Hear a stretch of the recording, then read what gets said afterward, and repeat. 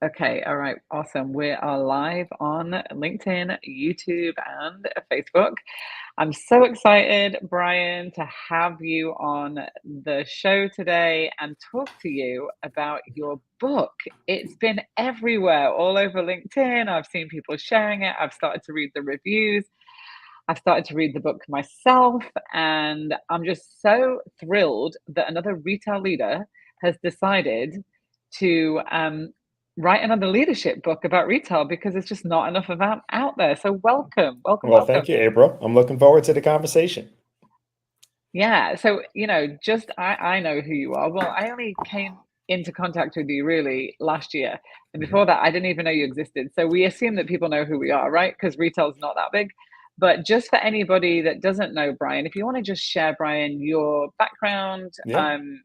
like your retail experience, and then we'll jump right into conversation about the book. Yeah. Sounds good. Sounds good. Well, I 3.5 decades in the retail business. My father was a retailer. My grandfather was a retailer. So it was not an accidental career for me. It was a choice at very early age.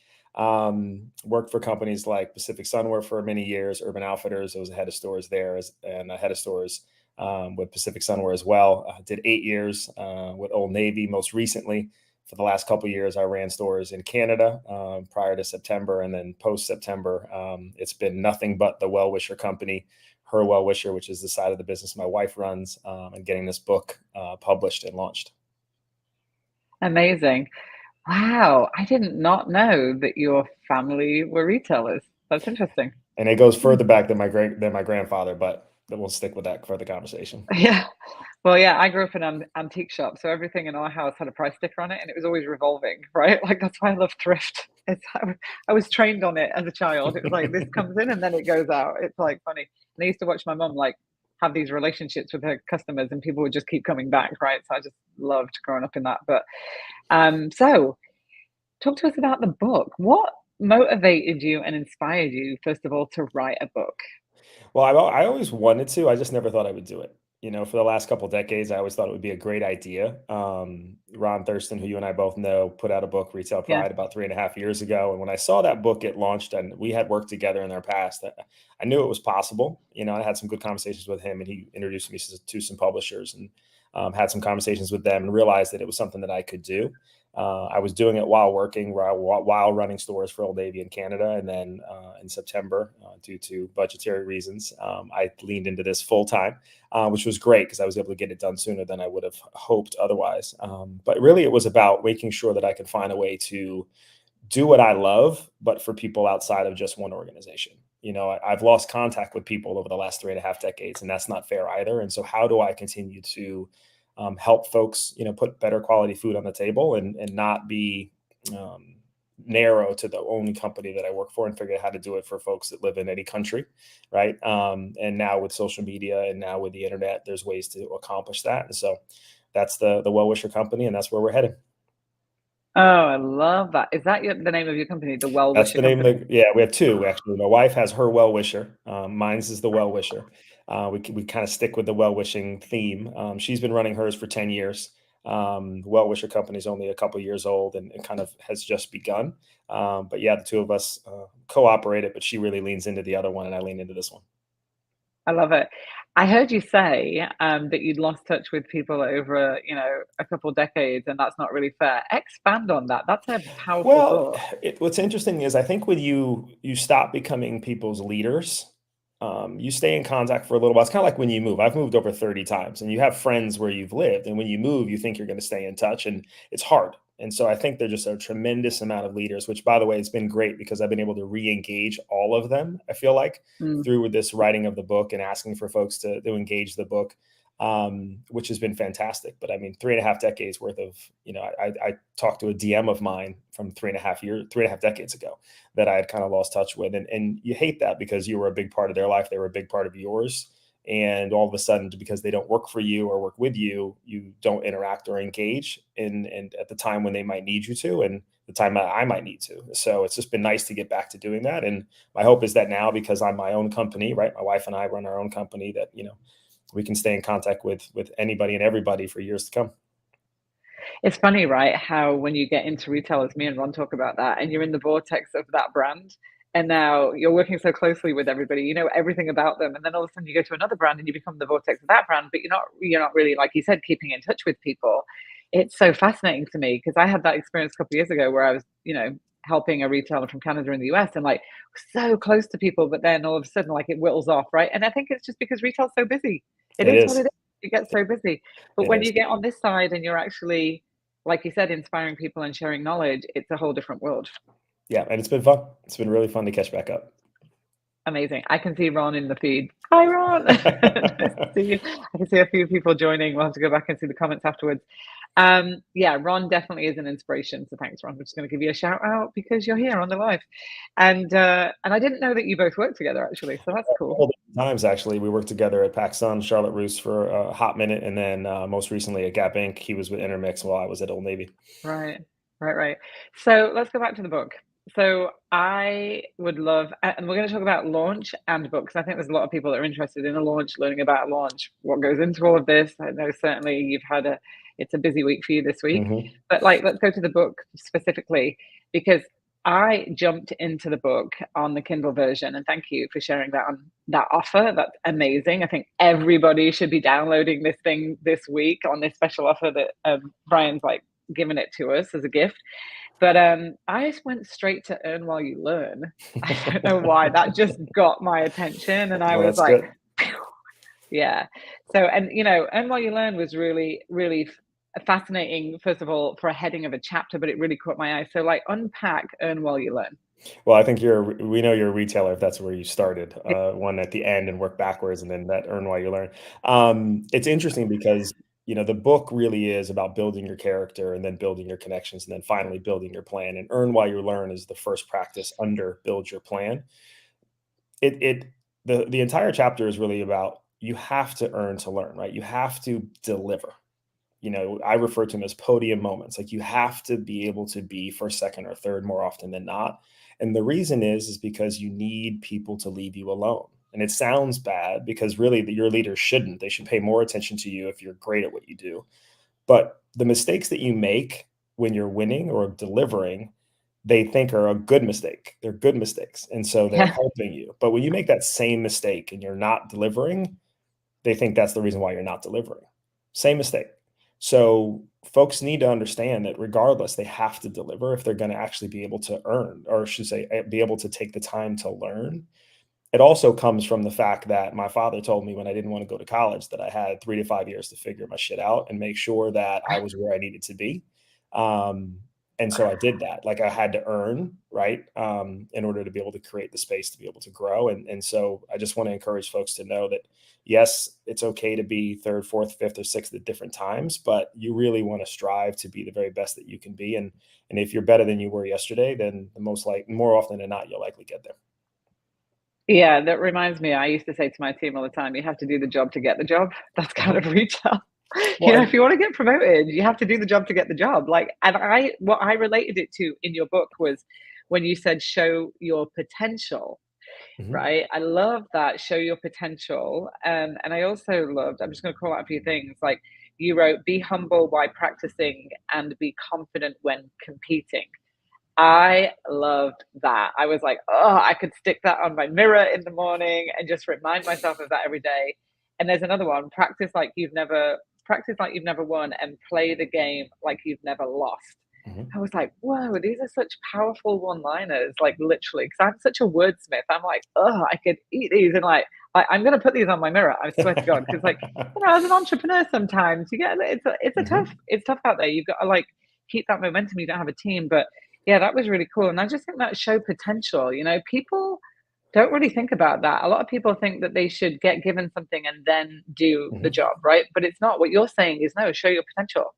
Yeah, and I think it's interesting because my selfish why is I like to help people grow. Like I genuinely, if I have a hand in what they're doing and how they're being able to succeed, that makes me feel good at the end of the night.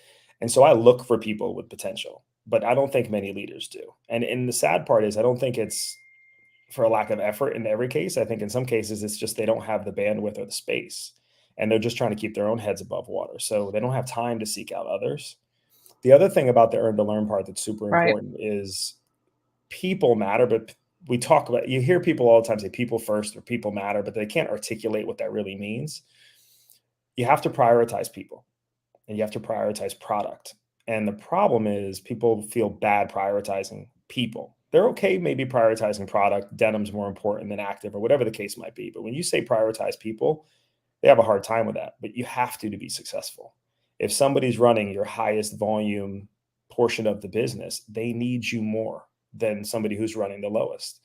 If somebody's got the greatest potential, they need you more, because ultimately that's going to help you sustain the business. And so you need to understand how to still get to everybody so that everybody gets what they need, but you have to prioritize as well. And that's what the chapter really is about, is how you focus on people first, product to close second, how you prioritize, and then you build processes. Don't build processes until you prioritize where you need to spend your time.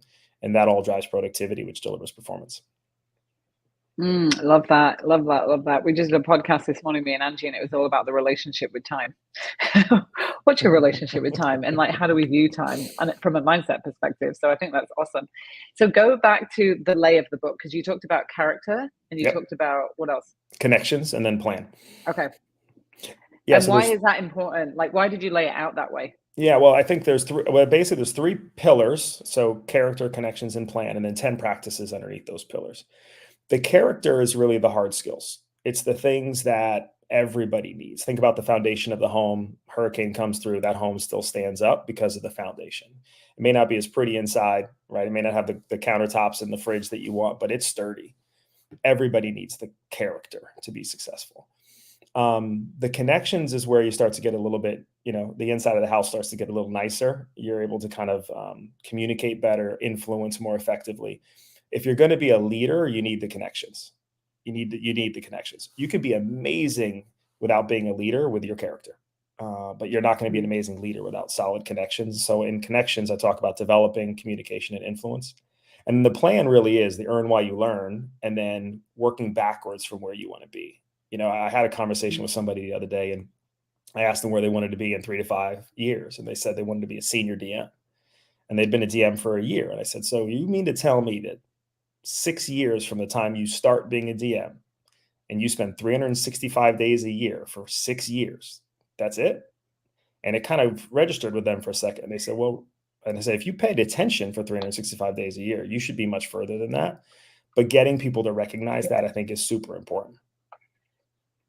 Yeah, and maybe because they've had an experience in the past where they haven't been developed, and so maybe their goals are not as big as what they could be. I see that a lot. Like, people just kind of manifest what they tolerate. They don't really think about what they can actually achieve because they haven't had a roadmap. And that's why I love the name of your book, actually, because it is a roadmap, right? It literally, if you follow this process and you follow this roadmap, you'll be able to grow and develop, achieve more in your career because you did it. You actually started. I was reading, like, when you were a store manager, I actually read that section as well when you were opening a store and you showed up and your regional director said a few things to you that they I was should have early. said. I just wasn't early enough. I mean, he Right, knew one because there was somebody that got there before me, including himself. right, So even though I was early, it wasn't early enough.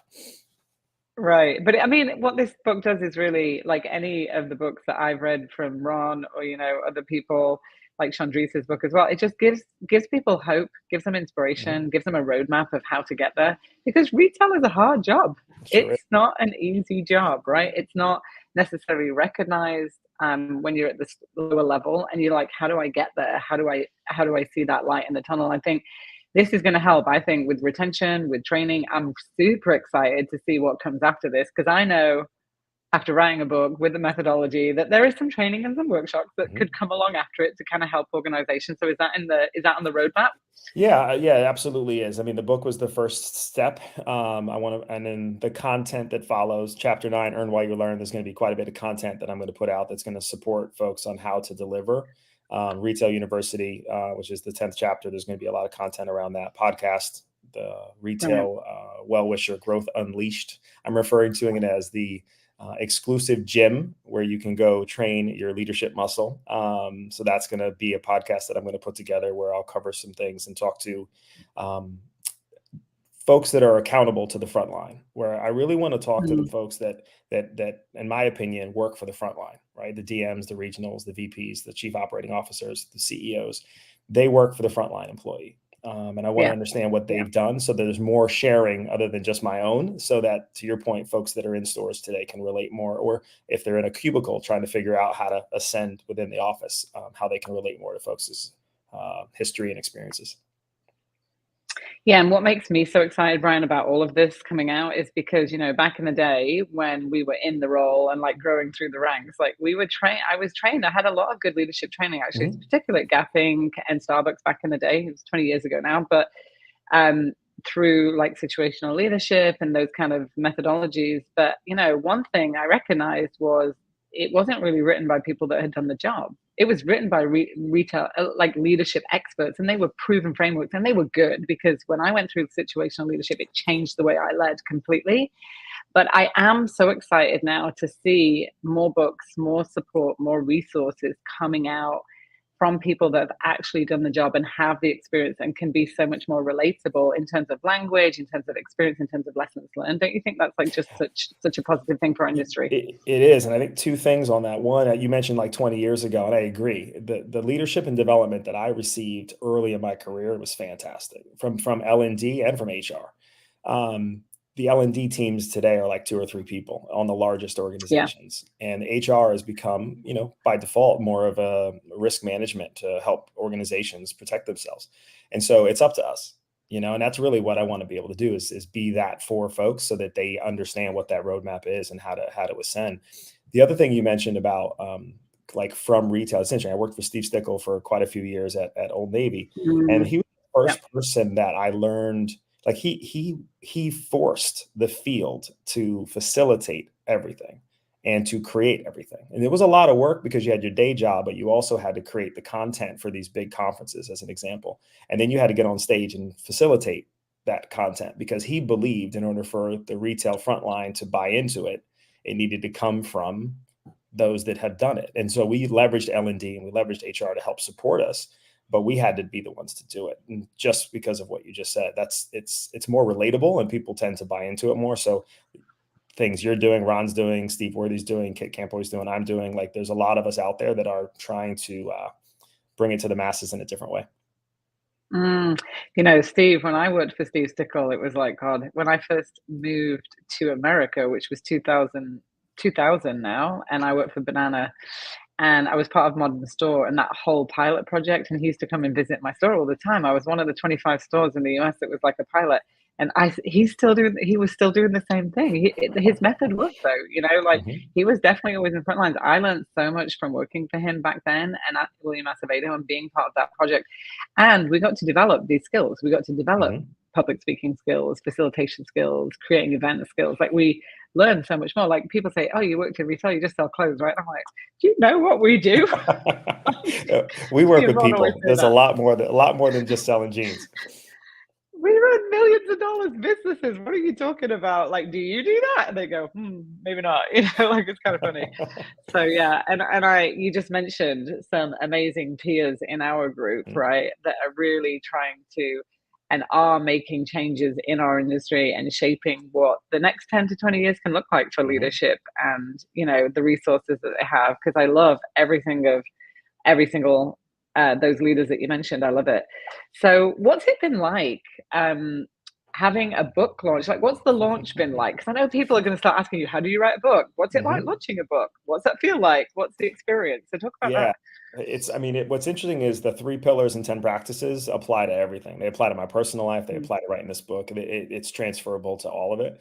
Um, but what's different is I'm a salesman now, and I've not had to be a salesman in a really long time because I've earned every promotion. Like I got every role that I've received since the stock room all the way up to the corner office through promotion.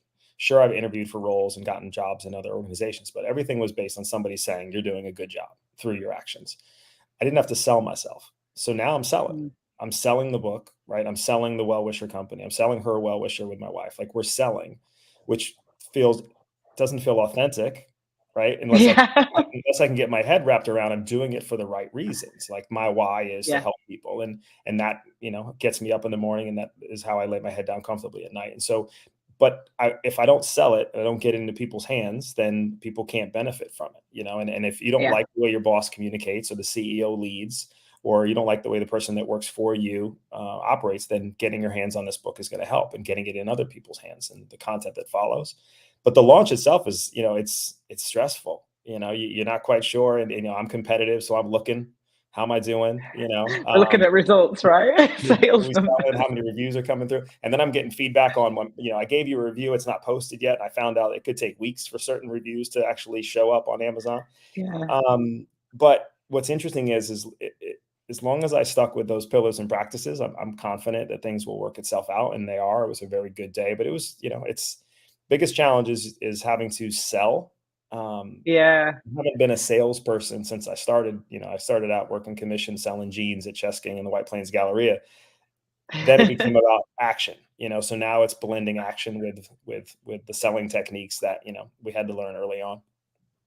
Yeah, that's so funny that you say that because I'm in the same boat, right? And some days I'm just like, oh man, and then I go, okay, picture myself, April, back on the shop floor and just making people happy and making them feel really good because I made them feel good. I'm like, this thing's gonna do the same thing, right? It's Mhm, so funny. mhm, And then I just look on my vision board and I go, 1 million leaders. Okay, 1 million leaders. That's my due north. That's why I get up and sell every day. But I totally hear you. You have to learn a different skill set. It's funny because I can sell a vision to anybody. I can sell a strategy to anybody. I can get people moving in the right direction. But yeah, putting on that salesman hat, it's mhm. a little bit of a different role, right? But it's good though. I think it's good. It gets us back in touch with roots at the core of what we started with at retail. You know? Yeah, and there's been so many people that have done it for me. So whether it's people that I've worked for or books that I've picked up, I joked about my morning run started because, Goggins got me off the couch during COVID and I started running for the first time Right. ever. Christian Conte wrote a book about anger management, and it's a leadership book, but it talks a lot about anger. Like there's just certain books that I've read that have just translated in a way that have helped me. So if they weren't selling to get it into my hands, I wouldn't have gotten the content and it wouldn't have helped me. So that's what we're doing. That's what we're doing. And this, so anybody that finds this in their feed, I'm going to request that you share. You just hit the share button. It's really not that difficult, guys. Like you hit the share and it goes into your feed, and then somebody else hits the share. And if you share it to, a couple of times and then you send it to 5 people, I always say that send it to 5 people, like, because you're going to help somebody find something Mhm. that they may have needed to hear today. They may have needed to read.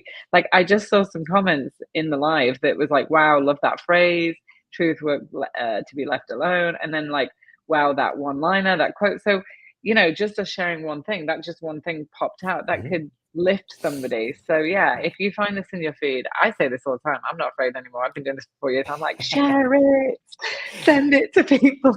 I'm getting better at it. I'm getting more comfortable at it. And well, and you mentioned something earlier too that we didn't elaborate on, that I wanted to kind of come back to real quick, was the whole Okay. humility thing, the confidence thing, and like the practice versus the game.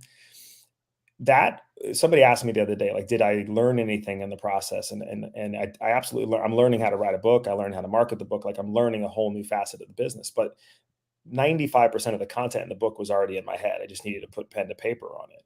But the learning, I was reminded of this whole humility and arrogance thing. And I talked to, actually, when I did Steve Worthy's podcast, we talked about it.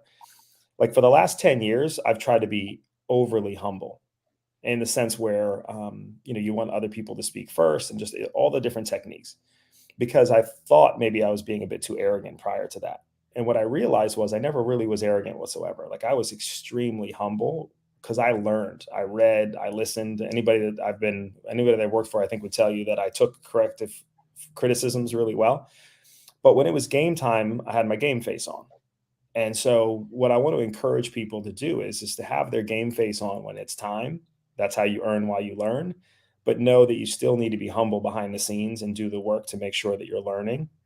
But I think those two things are super important. And so I learned coming out of this writing of the book that I was never arrogant, and then I needed to stick with my initial approach, which is, by the way, when I was ascending the most because of the way that I showed up day in and day out. But I really just want to encourage folks to make sure that they blend their humility and confidence and know that it's okay to do both. It's just picking the right moments to do Mm. which. Oh, I love that piece of advice because there was so many times in my career that I was number one in sales and I would literally get given feedback and I totally hear you. I had to sit back and be like, okay, I'm going to learn to not say anything, not going to interrupt, which I do interrupt because I'm a fast thinker. So then I would sit on my hands and I do everything to just, you know, But you know, how did I get to where I was? You're exactly right, because I delivered the results, right? Delivered the results. So it's that balance, though. That's a really good takeaway. Really good takeaway. So we're coming up on time. These conversations always go really fast, but we've got a couple minutes left. What do you want people to know about this book, you, or anything that we didn't talk about that you didn't get a chance to share? Yeah, I appreciate that. One, like April said, buy the book, share the book, gift the book club it. I think one of the things that I've done in my career was, you know, with my districts or regions is book clubs. I absolutely love having folks read books and thus engaging and interacting in it. And I think anybody who's willing to do that with their teams, I think it will help them out. Her well wisher, you know, it is International Women's Month, and I keep shouting it, which, by the way, I don't like. I don't like that anything is relegated to a month, right? Like my wife and I joke about it. It should be Yeah. 365 days a year. Same thing with Black History and Yeah. all the other ones. But you know, my wife's got a book coming out in 2 months. It's called "Don't Fucking Say That." I don't know if I'm allowed to say that on here, but I did. But that's the title. I don't know. You just did. If you know my wife, you know why that's the title. If you don't know my wife, you'll find out. So the well wisher community. This book and the work that my wife are doing is not about us. Sure, we've written it and we're putting it out there, but it's really about the community of folks. We want the world to be a better place. Like, it sounds corny, but we want people to be healthy, right? We want people to be happy. I have a blog coming out tomorrow called Balances. I'm not going to curse again, but there's another curse word thrown in there. We want people to feel the way that we want people to feel. Like, we want people to feel good. So that's the content that we're going to deliver, but it's going to require everybody to engage. Everybody's going to have to share, to your point. Like, if it's just the two of us talking and other folks not sharing in engaging in the content, then it'll fall short of where we want it to land. Brilliant. Brilliant. And I think, you know, sharing is caring. And, you know, it's funny because people call me after 4 years of not talking to me, right? And they're having an issue with their boss. And they're like, who's the person I'm going to call? They're like, April. I'm like, I haven't heard from her for 4 years. I'm like, I always pick up the phone, first of all. But these days I'm like, you know, if you would share my book with 5 people, I will pick up the phone with you. You know, like, I'm putting some expectations around it. You know, it's kind of like, just share it. You know, like, you need this resource, you need this content. So it's available on Amazon. It's on a special deal right this week on Kindle, right, for 99 cents. So Yep. go grab it. And yeah, start a book club. I think book clubs are great. I love book clubs. They get you to share different perspectives. So why not share that? And is there a hashtag or anything that anybody can use to kind of, have you created that yet or not yet? No, but if you watch my runs in the morning, you know I will finish every run with "Walk with me, let's get up and go together." So the "Get Up and Go" is a hashtag that you will see me post quite often.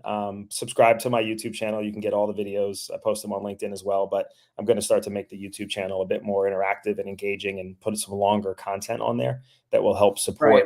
the book. You know, and it's one thing to read it; it's another thing to listen to it and engage in it. So I want to support the book in that way as well.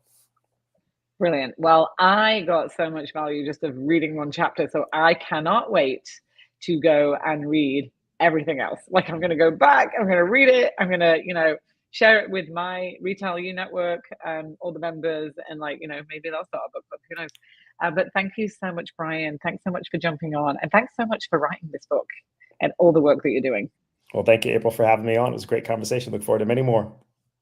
Yep. All right. So that wraps up, and we'll see you all soon.